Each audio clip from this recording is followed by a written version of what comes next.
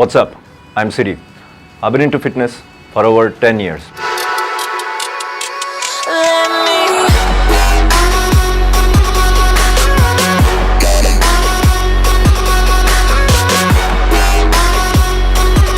So I've seen a lot of your athletes are ICN, like most of them, they compete in ICN. I compete natural. So can anyone compete in a natural show like ICN? Yeah, you can. Obviously, you have to be natural, like not used. Athletes in real life, in your gym. Sure. So I would say there was like guys in the gym when I first started.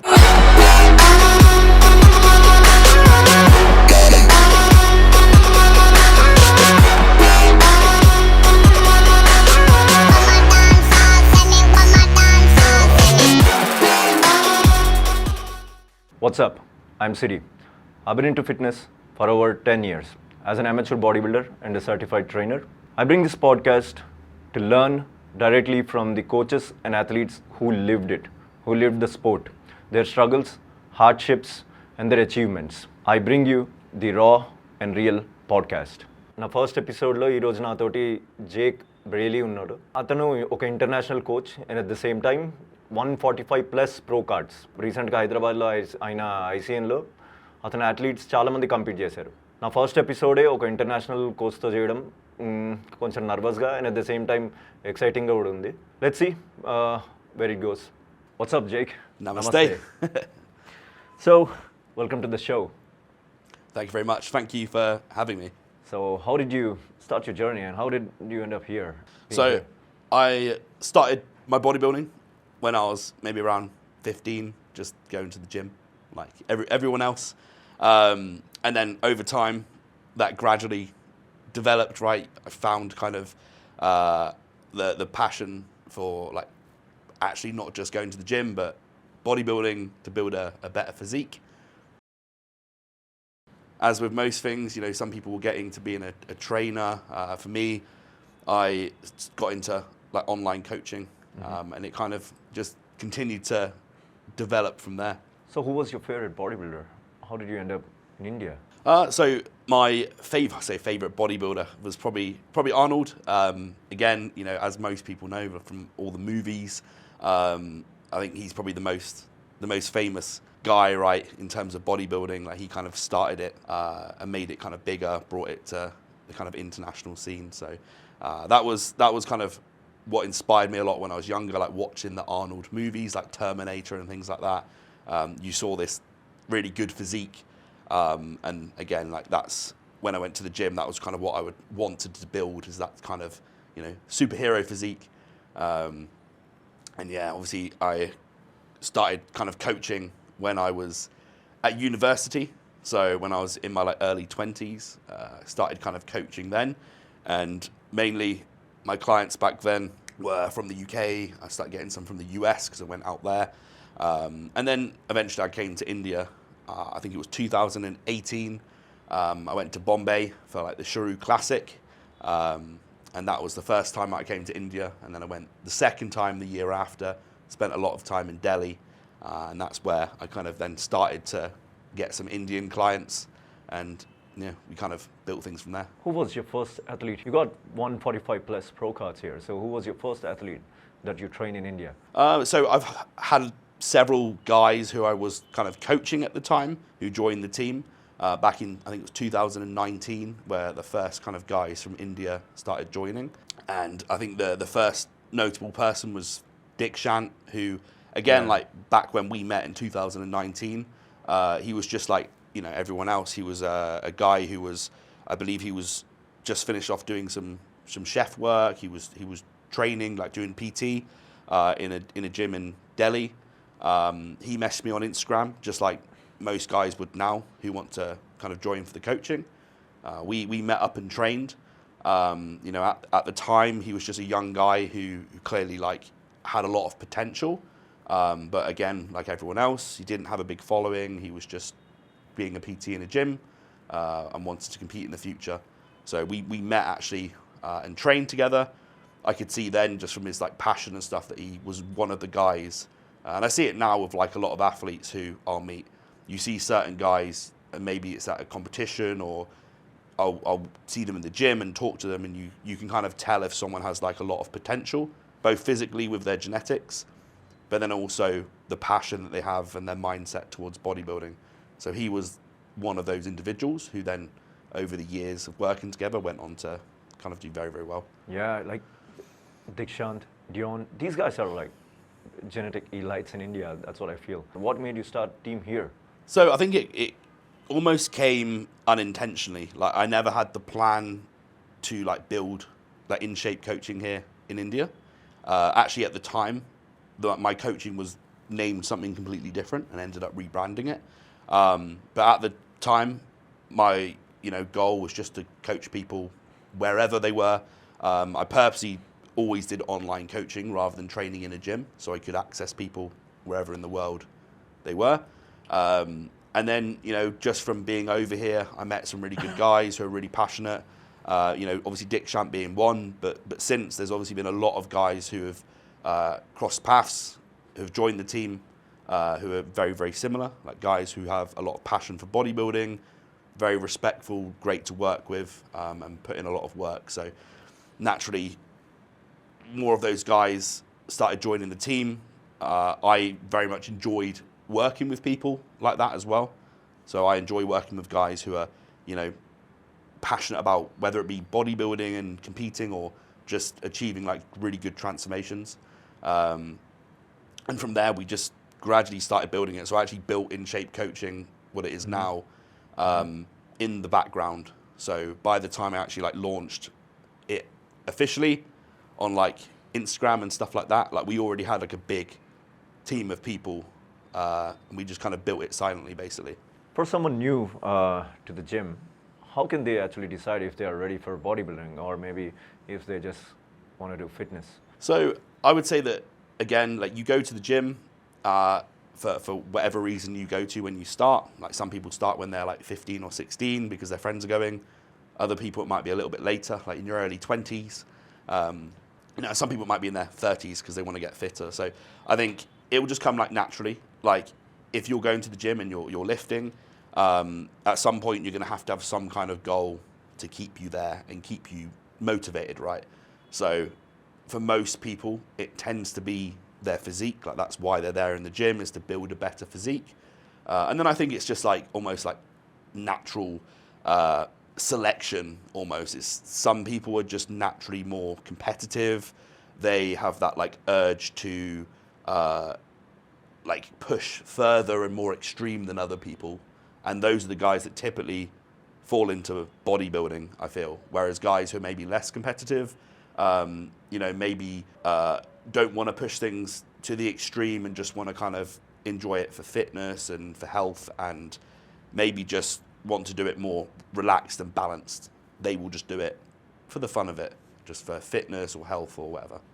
So how can someone decide if he's ready to do a natural show, or maybe he can decide, if he's ready to get enhanced? When is the right time to get enhanced, if it is? Sure. So I think when it comes to deciding to compete, first off is just making sure that you've actually like built a body which is competitive. So when it comes to bodybuilding competitions, it is a competition. Like you're going to step on stage and you're going to compare your physique with other people's. So you ideally want to have a look at the shows that you're potentially looking at doing. See from the previous years, especially with social media, it's very easy to see. Look at the guys who did well in that show the previous year and see if your physique can potentially compete and match with theirs.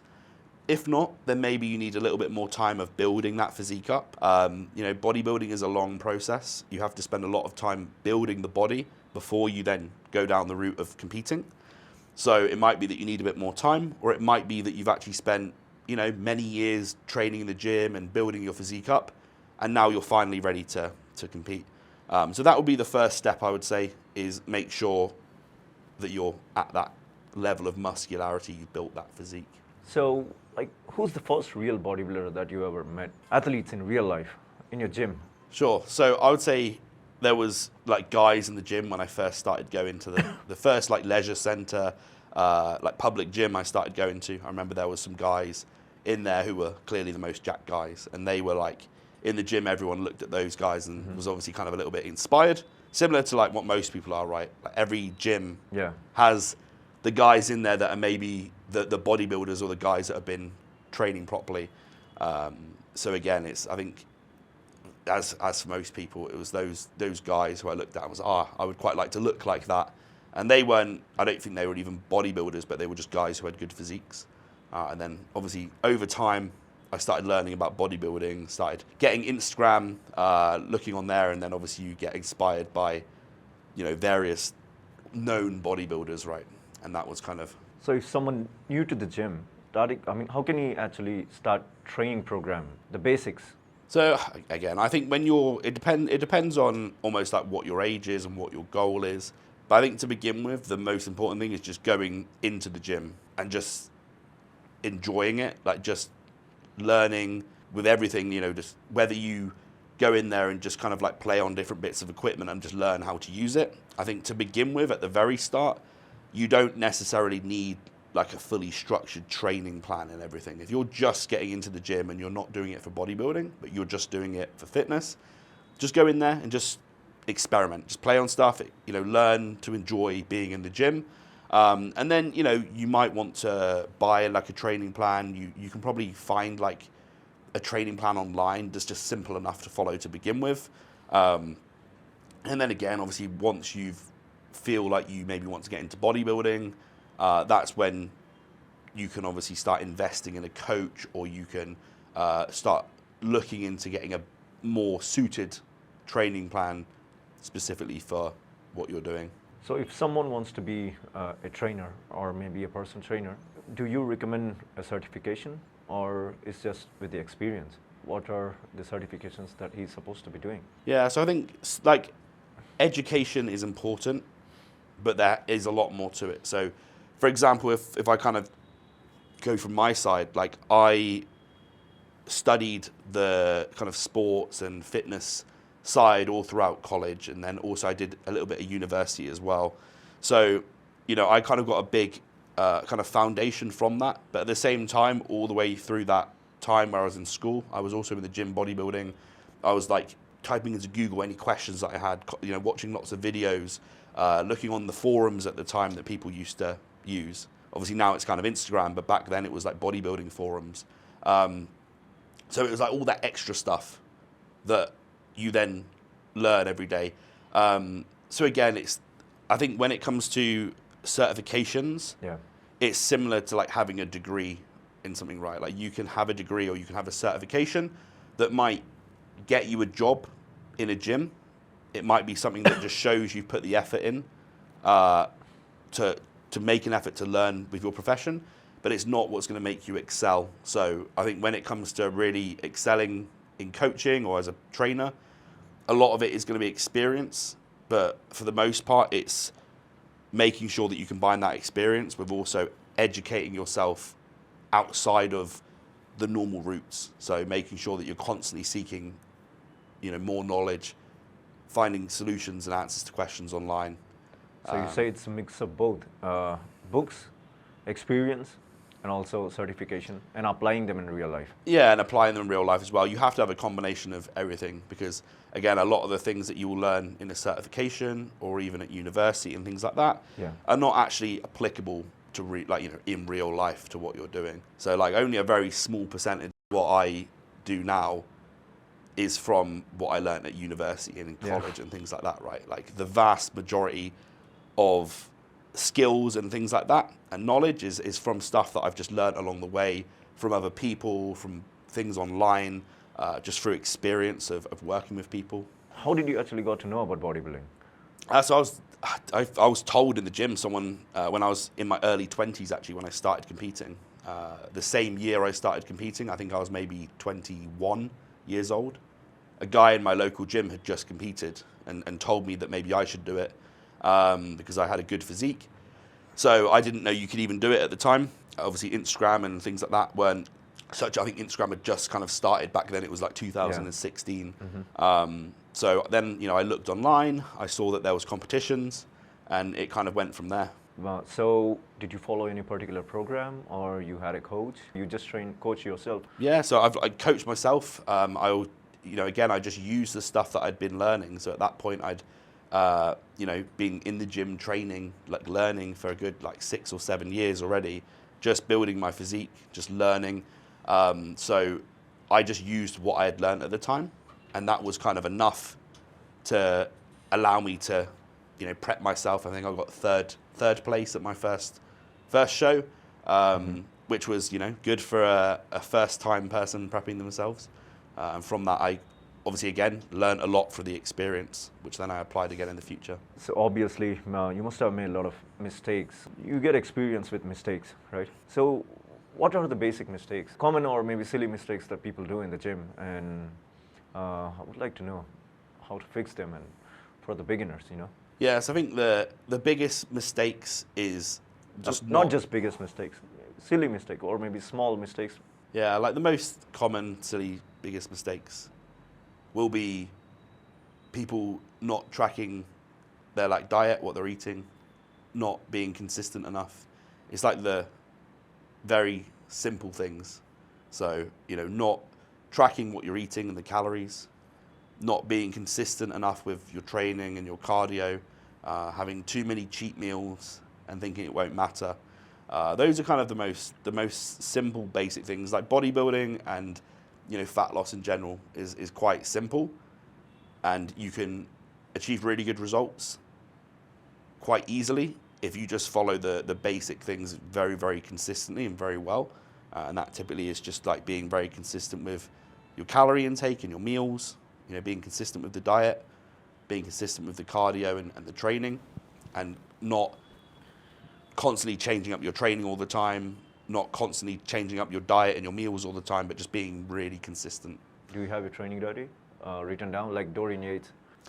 So I have tried it in the past various times, but for me personally, it's just not enjoyable doing that. I tend to remember like my lifts because I'm so consistent with doing the same workouts every single week. So I can like remember essentially so you don't what shock I've your lifted. body, don't you? No, well, the shocking your body is from doing something that you haven't done before, which is like progressive overload, right? So it's repeating the same, exactly same exercise, and just getting better at it. Like one more rep, a little bit more weight. So a lot of my friends, they don't follow the same protocol every week. They actually change the system. They just change the program or maybe training or exercises just to make sure they shock the body every week. Yeah, so that's it's kind of like a myth, right? It's kind of something that, again, if you like dive into like the education side more, you'll find that there's a lot of things that people will say are the right things to do, which actually don't make sense. And that's kind of one of them, is the whole shocking your body thing, just changing up the exercises all the time. Like that's not how you get stronger. It's not how you build more muscle. Because again, you build muscle from progressively overloading the muscle through, if you're doing a bench press, for example, gradually getting stronger and stronger at that bench press is what will build your chest. Whereas if you're constantly swapping that exercises out all the time, you're not building enough skill for that exercise, and you're not progressing the exercise. So you're kind of never really being sure whether you're progressing or not, because you're always doing different things. So you've been following the same program or maybe exercises since past 15 years or something like that? Yeah, well, obviously you would change things every now and again, but I think for the most part, like if you look at the exercises that you can do, for example, for like your chest or for your legs, there's only a very like small amount of exercises that you can usually do at most gyms. Like there's not 100 different exercises you can do for legs. Like there's, you've got like squats, leg press, leg extensions, hamstring curl, like lunges. Like there's not a massive amount of exercise you can do, and you can change the order up, and you can change the amount of reps and sets and stuff you do. But again, like if you look at the guys who typically do the best, they're just guys that have almost been doing the same training program and just getting progressively better at it over time. What do you recommend for the beginners? Just an example of that. Yeah, so I would keep it simple. Like keep it really simple. Like pick, I don't know, let's say if you're going to do like a bro split and do a session for each muscle group, or you can do like push-pull legs, where you're doing, your legs on one day, your chest and your triceps and shoulders on one day, back, biceps on the third day. Try and keep it quite simple. and then just pick, 3 or 4 exercises maybe for each of those muscle groups. So you maybe got like 10, 12 exercises within a session, and just aim to do that, and you can then manage it according to your time. If you have less time, maybe reduce the amount of sets or reduce the amount of exercises. If you can't recover, reduce the amount. Again, you have to just create a very simple plan and then adjust it according to how you recover and how much time you have in the gym. So when you say progressive overload or maybe progress, how do we actually progress? And do we just add more weight or? So progression is you can do more reps, you can lift more weight, you can just get better at the skill of the exercise itself. So by slowing it down, by lifting with better form. So actually the main thing that you'll get the most progress from at the start is just lifting with better form, like learning to go deeper with more range of motion, controlling the weight more. So you actually, don't need to lift heavier for quite a long time when you start lifting. You just want to get really good at the skill of the form of the exercise and then start lifting more reps with the same weight. And then eventually you'll get to the point where that weight becomes very easy, even with perfect form, and then you need to increase the weight. So most of them, they just train like every weekend or something like that. In my gym, they just train for 1 RM. So do they need to train 1 RM too often or no? It depends. Like, They I would just say, do a lot of 1 RM for the deadlift, yeah, like one in bodybuilding, it has really like no place, like no real benefit. But if you're someone that goes to the gym for fun, not just for bodybuilding, and you maybe do want to do powerlifting, you maybe enjoy doing that, then there's nothing wrong with doing it. Obviously, it is slightly dangerous to do like the 1 rep max stuff because you're testing your, what you're maximally capable of. So you're far more likely to get injured. So if you're doing bodybuilding, probably better to avoid that type of stuff. So I've seen people in the gym, they're just trying to lift so slow, like in slow, ultra slow motions. Is it necessary to do? Again, like with super slow stuff, it's probably a little bit unnecessary. It depends on what level you are, right? What's the tempo that you recommend? So I don't think there's not a specific tempo. It really depends on like your skill with a movement. So the more skilled you become at doing something, the faster you can control the weight. So for example, me, someone who's been doing bench press for like 15 years, I can bench press really fast and I can keep that weight on the muscle and train that muscle very effectively. Mind and muscle connection. Yeah, and it's just the skill of being able to like know exactly how to move, where to stop, and actually have enough muscle to be able to keep it on the muscle. Whereas if you're kind of getting started, you're less skilled, the slower probably is a little bit better. You're going to learn to build up that skill, that movement pattern quicker if you control it all. And you've also got far less chance of getting injured as well. So do we need to go failure all the time, every set? so it's like, again, it really depends on the level that you're at, because when it comes to bodybuilding, there's so many different levels. If you're talking about like a total beginner, then you don't need to go to failure, because even just going into the gym and lifting random weights is going to be enough to build you muscle. Whereas if you're someone that's been bodybuilding for 5, 10, 15 years, like myself, you're going to have to like really force your body to grow and develop further. So in that case, you're going to have to really push your limits to failure with your training and try and make sure that you are progressing in some way, or your body just won't have a reason to build more muscle.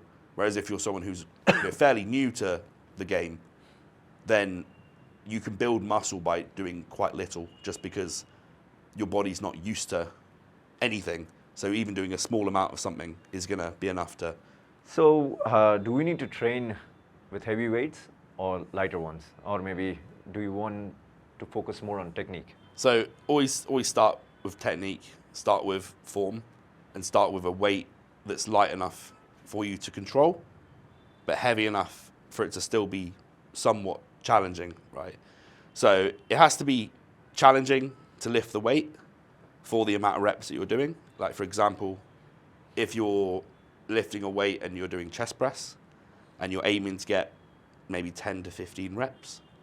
It should be hard. By the time you get to 10 to 15 reps, it should be very challenging to do. If it's still really easy, then you need to go a little bit heavier.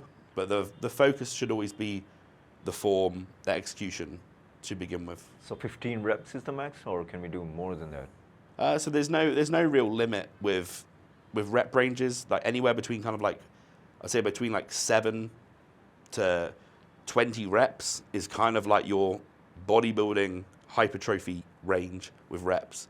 And what you do within that is kind of more so just, we call it like common sense. It's, you're not going to do a deadlift for 20 reps because you'd pass out by the end of it. So you'll probably do something like a deadlift, less reps. But if you're doing leg extensions because of the demand on your body, you can do 20 reps and it's going to hurt, but you're not going to pass out at the end of it due to the energy demand. So what mistakes do you see often in Indian athletes? Because you've been training most of the Indian athletes here. So what's the most common difference between the athletes here and athletes over there?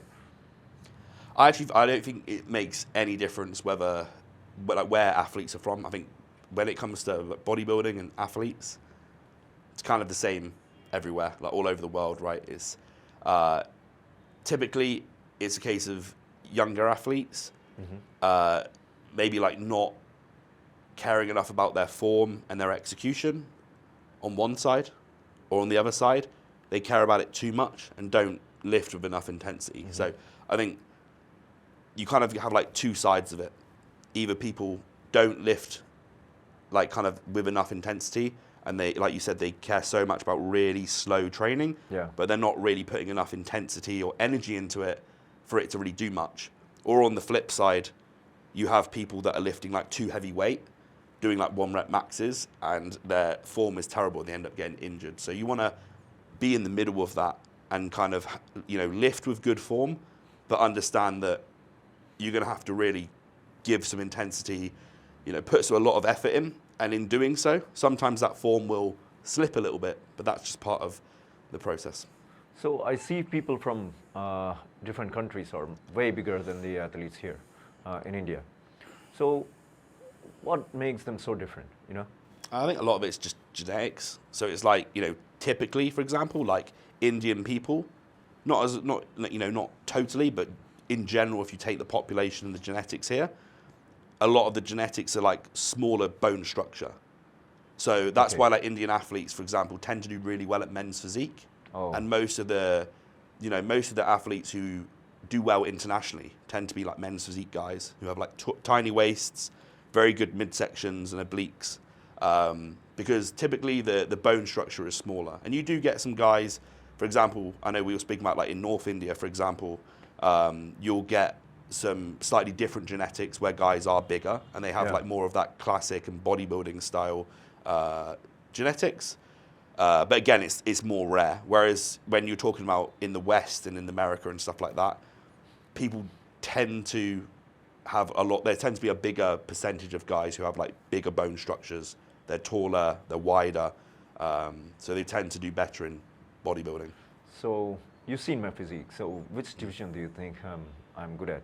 Yeah, so again, for you, it's a similar sort of thing, right? Is you don't have like a massive structure, but you have like quite a small waist. So a men's physique, maybe classic, if you put on a lot of size, would be this thing. It's for most people, unless you have genetics, and you can always tell bodybuilding genetics, that the guys who have like really big legs, like genetically, like we've got some guys on the team who are in their like early 20s, and they have like massive legs, and they've only been training for maybe like 2 or 3 years, but they're just born with really big quads and stuff. So, that is typically your bodybuilding genetics. And if you're someone that is, has a smaller waist, maybe good abs, probably more suited to. So men's physique, you think I'll be good at men's physique? Yeah, potentially. You don't really until you like really push your limits. Do you know what I mean? Like build as much muscle as you kind of can do, cut down. That's where you'll see. So what were the challenges you faced training Indian athletes? I guess initially I'd say like because again, like training and coaching people in general comes with lots of unique challenges. like because you're working with people. People are all different, so you're going to get an abundance of different challenges, whether it be like different personalities and being able to like deal with different personalities. Some people are more emotional, for example. Other people less so. You know, some people can and will communicate better than others, and it's not just from like a language standpoint, but mostly from an honesty kind of standpoint with communication. So some athletes will hide stuff, some athletes will lie, some will be super transparent and honest. So in most cases, I'd say the biggest issue is communication from that, in terms of like being honest. If you're going to hire a coach, make sure that you're very transparent and honest with that coach when you communicate. So when it comes to coaching, so which one do you recommend? Online coaching or offline? Which one is better?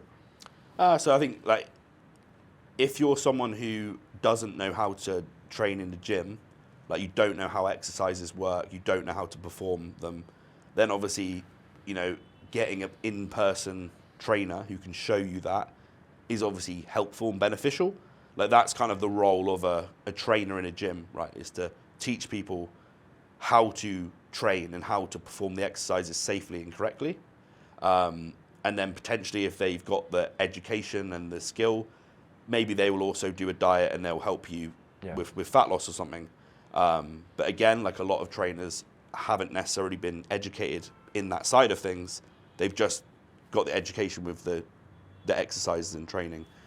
So where like bodybuilding comes in, that's where obviously you can access people with maybe like greater knowledge than the PTs in your local area through like online coaching. So that's, you know, now for bodybuilding, it tends to be what most people will do, because you can get everything you need as a bodybuilder from a coach online. Okay. But you can obviously access someone who maybe isn't in your local area.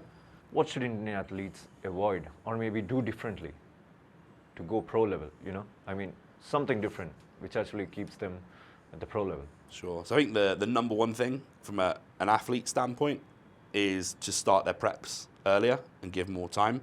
Give more time to the process When in you say general. earlier, start training earlier. Well, if you're going to start a contest prep, for example, don't start it at 12 weeks out. Mm-hmm. Start it at 6 months out. Mm-hmm. Because all of the guys who end up doing very, very well in competitions and turning pro, for example, that I've coached, that's what they do. They're starting their preps much earlier to give themselves more time to get into condition. Because the number one reason athletes can't get into the type of condition that they want to, which is what wins shows, is because they just don't give themselves enough time to do their contest prep. Because your body can only lose fat so fast. So giving more time for gaining phases to build muscle, rather than doing a 12-week gaining phase, spend a whole year building your physique up, and then spend 6 months, 8 months dedicated towards a contest prep. So how does this phases work? I mean, how many phases do you have? I mean, just bulk and you just go directly to the cut? Or something Yeah, like so that? you basically, I'd say you have kind of like four phases that I would kind of split Recommend. apart.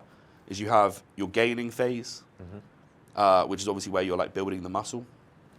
We'll then do like mini cuts. So for example, if I have an athlete who is going to be gaining for like 2 years, 1 year, they might do mini cuts during that time to keep lean and stop them getting too fat.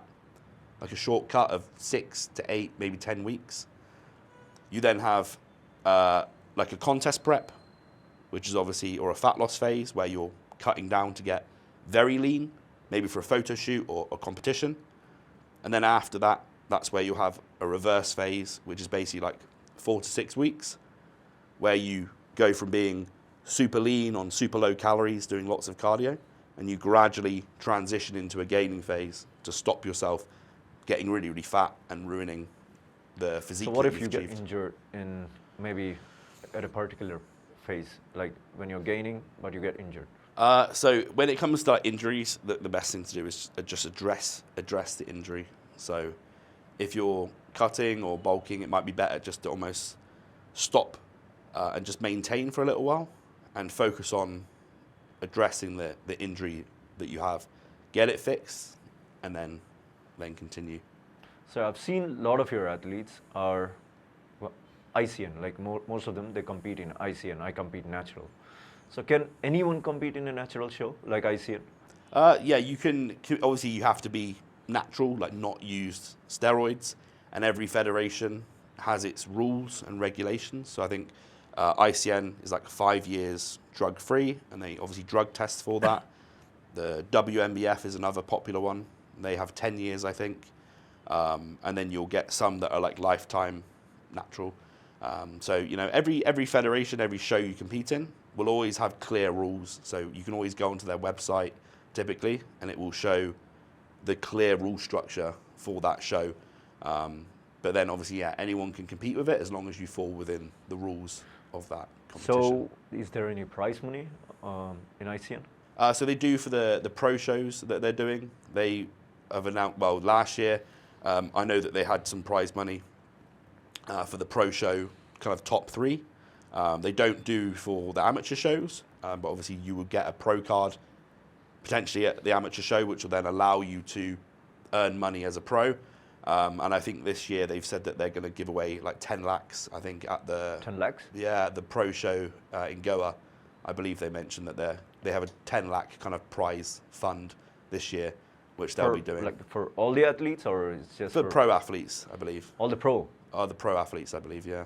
Once you turn pro in natural show, can he transition into IFBB or maybe enhanced shows? Is it possible, or maybe you just got to compete in WNBF? You can compete openly.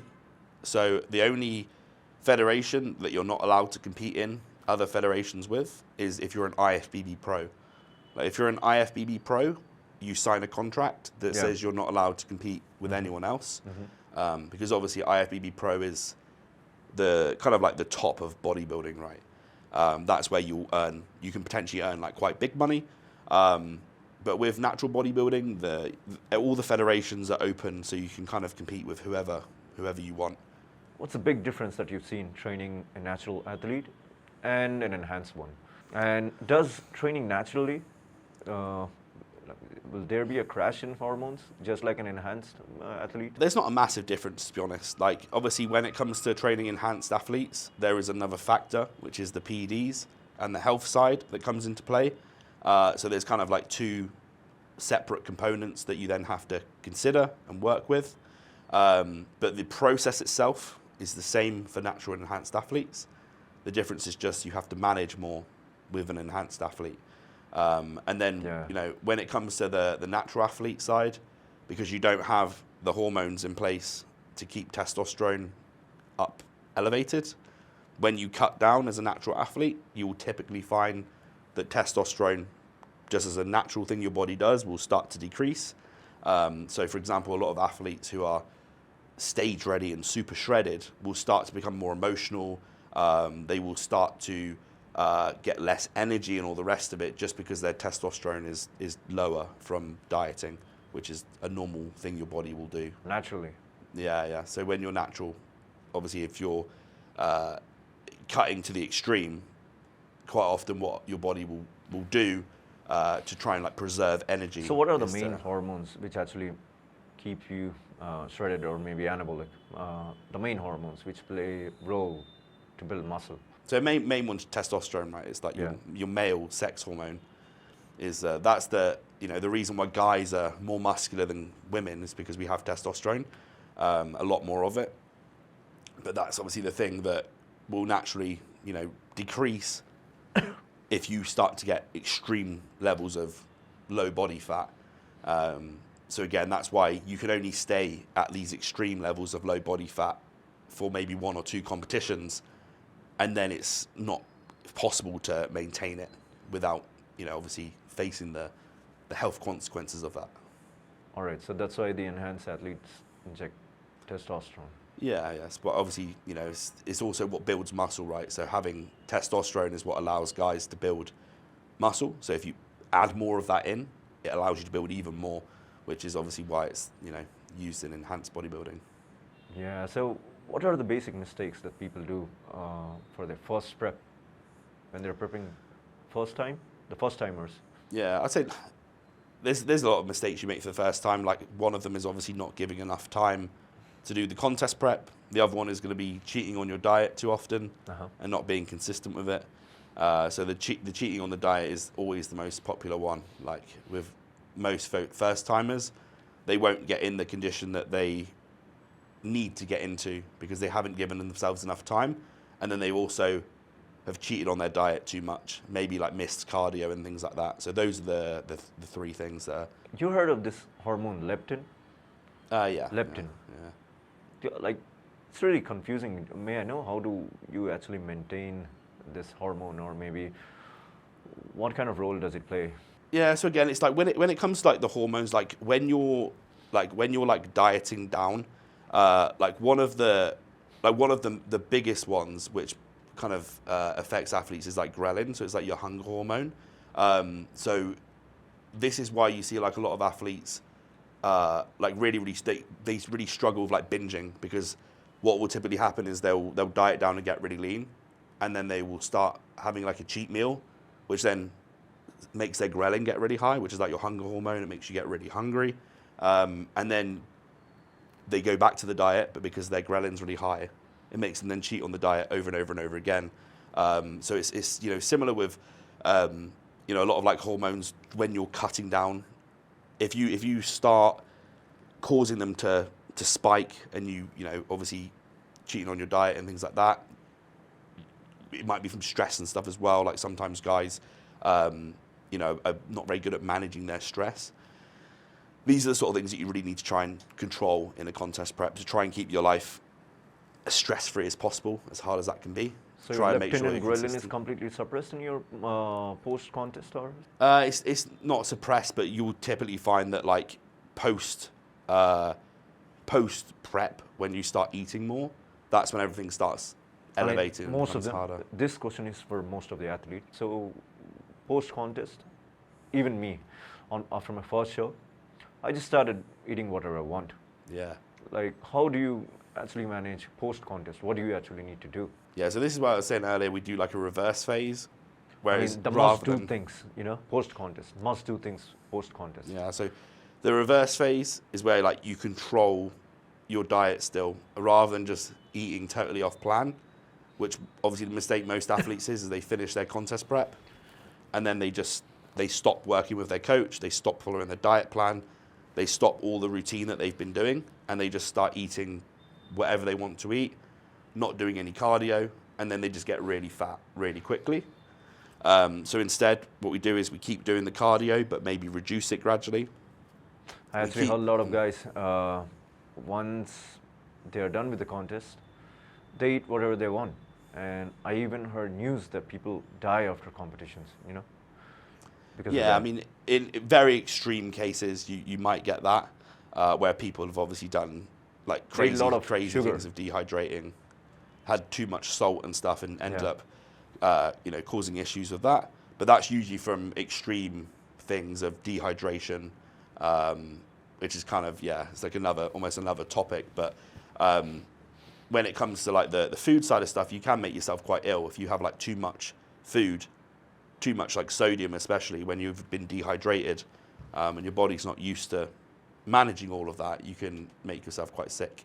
That's why you need a right coach. Yeah, you need the right coach, but you also need to have the right mentality post-show and understand, like, if you finish your competition and you just go and eat crazy amounts of food, you will ruin, if you're an athlete who's taking this seriously and you want to continue to get better, you can quite easily ruin your entire gaining phase from that post-show period.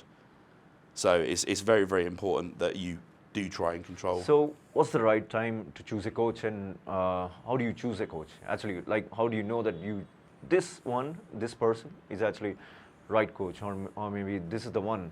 So I think the first thing is you just have to make sure that you can actually afford a coach, which is if you can't, then you need to sort that out first, because obviously, as with anything, if you want mentorship in any way, if you want like a coach or a PT, it obviously costs money, right? So you have to firstly make sure that you're doing, whether it be your work or part-time job or something, make sure you can actually afford a coach. The second thing is then just find someone, I think, that you, firstly, that's like credible. So I think, you know, the number one thing is that if you're going to hire a coach, make sure that they have like results in the area that you want to get results in. So for example, if someone wanted to become like a professional cricket player, they wouldn't come to me for coaching because I don't coach professional cricket. I don't teach people how to play cricket. If they want to become like a pro bodybuilder, then obviously that's what I do, right? That's what I have lots of results in. So find someone who actually has credibility, who actually has results in the area that you want to achieve results in. And then obviously, you know, probably a good thing to do is like follow them, kind of get to know them a little bit first, so that you can kind of make sure that you click with their personality and, you know, vibe with who they are. When you choose an athlete, or maybe when you train an athlete, how do you recognize or maybe know that this guy is going to go far? I mean, how do you know or maybe understand that, yeah, this guy got something in him, yeah, like, you know, like he can go far and he can be a champion? I mean, there's a couple components. Like, firstly, it's just like physical genetics. Like bodybuilding is a very genetic-based sport, so it's like some people are just blessed with better genetics than others. But obviously, you have to be able to use those genetics, right? Like you can have the best genetics in the world, but if you have a poor work ethic, if you're someone that has like maybe a not very good mentality in terms of you know, you can't apply yourself in the gym, you're like maybe not consistent, you're not honest and all the rest of it, it becomes very hard to like unlock your potential through that genetics. So again, I think that the most common things, like the ideal thing for an athlete, is firstly to have like good genetics for what you want to do.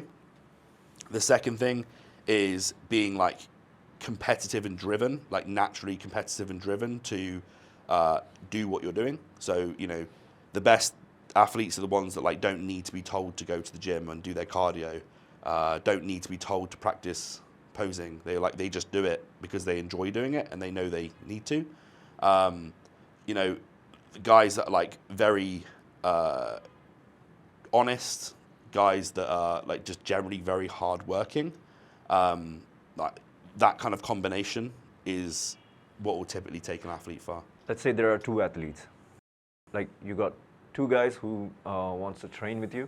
The first one got genetics, but no hard work, or maybe no work ethic. And the second one, he got work ethic. He does everything on point, but he doesn't have genetics. Who's going to go far? In that case, it depends. It really, you know, it's quite hard to tell because you have extremes in both cases, right? Like you can get guys who have, and I've seen several guys who have like extremely good genetics, but have a very poor work ethic, but they easily beat guys who are on the opposite side, because, you know, even if they put in no effort, they still look better than the guys who have very poor genetics but are working super, super hard. But again, like you can be a guy who has like average genetics, who has a super work ethic, and you can eventually beat guys who have like the super genetics, but the poor work ethic. So again, it's not something, you know, your genetics are not something which is going to dictate how far you go.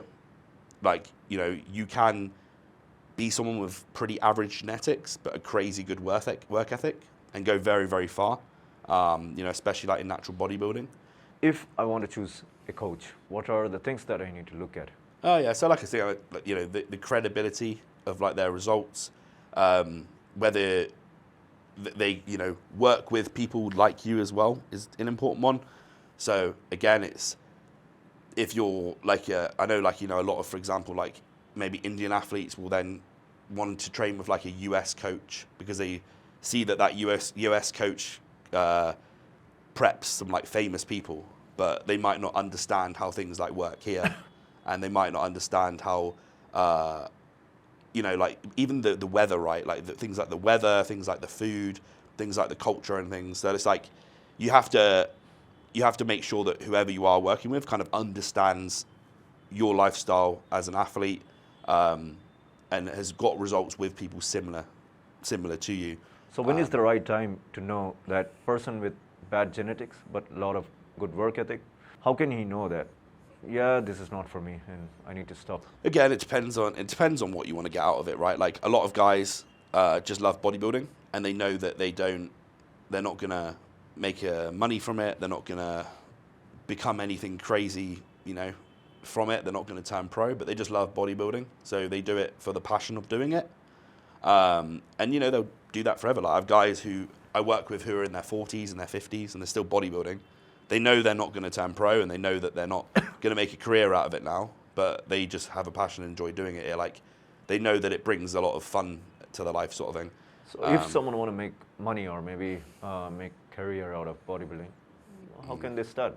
You just have to go all in with it. Like if you want to make it, it's as with anything, but especially bodybuilding. Like it's hard to make money. Like you're not really going to make money directly from bodybuilding itself. Like you have to, do like what I've done, for example, whereas you bodybuild as almost like a passion, and then you build a career from that. And it's like if you look at any kind of bodybuilders, really, apart from the top guys in the world, like maybe like the top, the very, very top guys who are like winning the Olympia. Besides that, like people are not making money directly from bodybuilding. They're making money from social media or from businesses that they built. But like from bodybuilding directly, even if you're like an IFBB pro who's maybe winning 20 lakhs in a competition at that level, you spend 20 lakhs on your contest prep. So guys are not... Like all the money that you make goes to the food. No guys, apart from the guys who are like winning the Olympias and these big shows, none of these guys are like making proper money from bodybuilding itself, but they make money from the things they do off of bodybuilding, whether it be their social media, their sponsors, their businesses, their coaching. So that's the stuff that you have to like really think about and look at. Let's say if someone wants to start bodybuilding, what are the best 3 books that you recommend? Or maybe the best 3 books that you've been reading in the initial stage of bodybuilding? So I'm not a book guy. Like I've never ever read books. So when it comes to like books I can recommend, I can't recommend any. I'm someone who listens to podcasts. I like watch videos. I like talk to people. I've always put myself in like places where I can learn from people that are obviously further than what I am. But I can't read books. Like it's just, to me, it's just not something I can do and learn from. I just find it too, I guess everyone's kind of, they learn stuff in different ways, and I've always been someone that just doesn't learn from reading and books. But I'll watch videos, podcasts, I'll listen to stuff. That's how I personally find. And I think especially these days as well, if you like look at where most of the information is, it's not in books. It's, on podcasts, it's on YouTube videos. It's like you can directly access the people who are similar to what we're doing now. Like you can directly access the people who you want to learn from and like almost learn directly from them without actually being there in person. So it's, kind of a very easy way to learn the best stuff. So how was Hyderabad? Yeah, Hyderabad was awesome. Had a great time here so far. Obviously met loads of really nice people. Unfortunately, the weather wasn't that great. So it's been raining, so we haven't got to see too much of it. But the parts of it that we have been able to see, and obviously all the people we've met, including yourself, has made it really, really great. So yeah. Yep. Thank you. This was my first podcast. Not a problem. It's been a pleasure to obviously be on the podcast. Yeah. And obviously thank you guys for tuning in and watching. Make sure that you obviously continue watching as well, because I'm sure he'll have many great podcasts to come. Hopefully part 2 in future. Yeah, part 2 next time. See you.